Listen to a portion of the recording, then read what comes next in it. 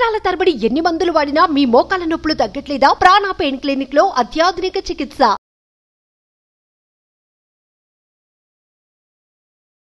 నమస్తే అశ్వత్ గారు. నమస్తే అండి. ప్రాపర్ లివర్ హెల్త్ కి ఏ కైండ్ ఆఫ్ ఫుడ్ తీసుకుంటే మంచిది?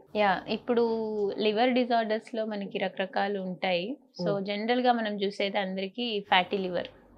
సో గ్రేడ్ 1 అందులో గ్రేడ్స్ ఉంటాయి, గ్రేడ్ 1, గ్రేడ్ 2, గ్రేడ్ 3 అని.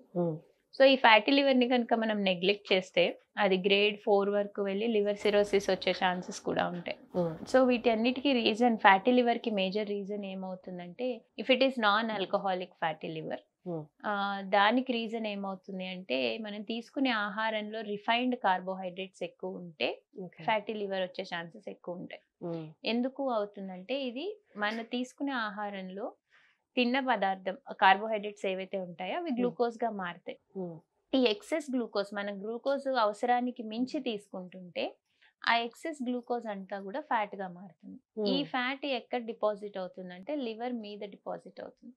సో అందుకని ఫ్యాటీ లివర్ ఇష్యూస్ వస్తాయి. సో జనరల్ గా లివర్ ఇష్యూస్ ఉన్న వాళ్ళు రిఫైన్డ్ కార్బోహైడ్రేట్స్ మానేయాలి.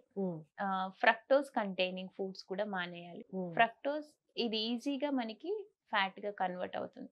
సో ఈ ఫ్రక్టోజ్ కంటైనింగ్ ఫుడ్స్ అంటే ఏంటి? Canned juices, simple fruit juices.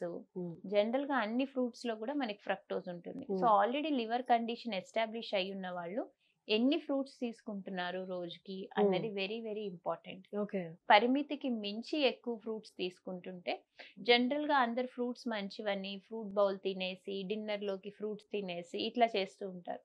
So అది ఎక్సెసివ్ ఇంటేక్ ఆఫ్ ఫ్రూట్ ఉన్నా సరే మనకి ఆ ఎక్సెస్ ఫ్రక్టోజ్ అంతా కూడా ఫ్యాట్ గా కన్వర్ట్ అవుతుంది. సో లో ఫ్రక్టోజ్ ఉండాలి, లో రిఫైన్డ్ కార్బ్స్ ఉండాలి. మరి ఏం తీసుకోవాలి లివర్ హెల్తీగా ఉండాలి అంటే? జనరల్ గా మనకి లివర్ అనేది డిటాక్సిఫికేషన్ ఆర్గన్. లివర్ నుంచే మనకి అన్ని మెటబోలైట్స్ కూడా కన్వర్షన్స్ అన్ని కూడా మనకి లివర్ లోనే జరుగుతాయి.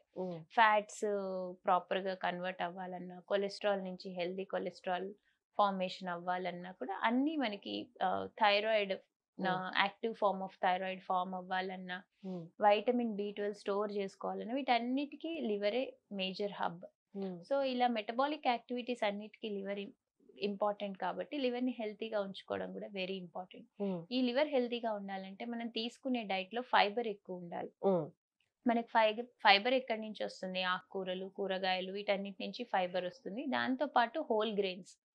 హోల్ గ్రెయిన్స్ లో ఉండే ఫైబర్ లో అడ్వాంటేజ్ ఏంటి అంటే అందులో వైటమిన్ B లెవెల్స్ బాగుంటాయి.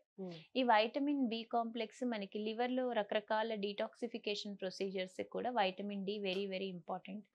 వీటితో పాటు మనకి B6 is very important. Vitamin B6 మనకి నాన్ వెజ్ ఐటమ్స్ అన్నిట్లలో దొరుకుతుంది. So animal based food products లో వైటమిన్ B6 బాగుంటుంది.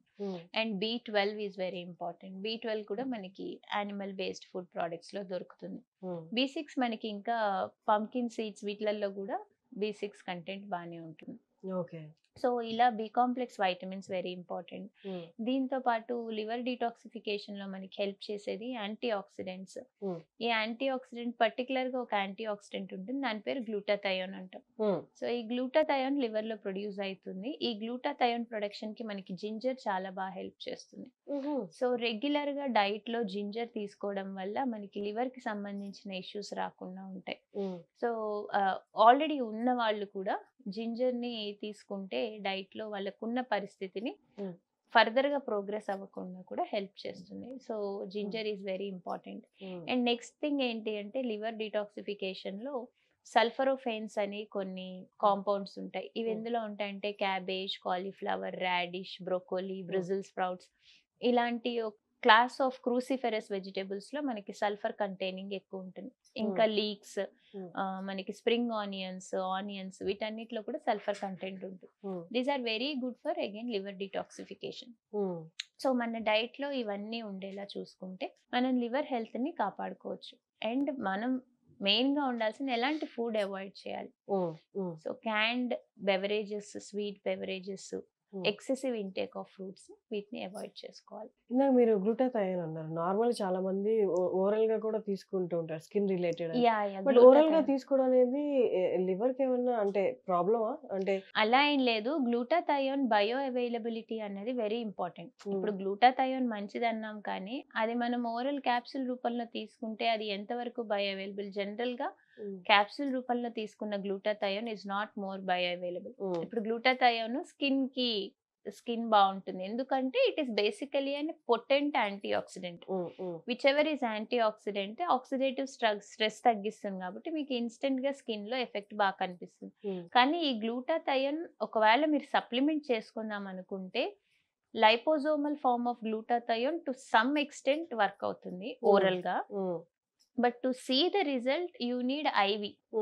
ఇంట్రావీనస్ గ్లూటాథయోన్ అయితేనే మీకు మీరు అనుకున్న skin effect antioxidant effect కావాలంటే ఇంట్రావీనస్ గానే అది వర్క్ అవుతుంది. It is more bioavailable అంటే ఇంజెక్షన్స్ త్రూ ఇంజెక్షన్.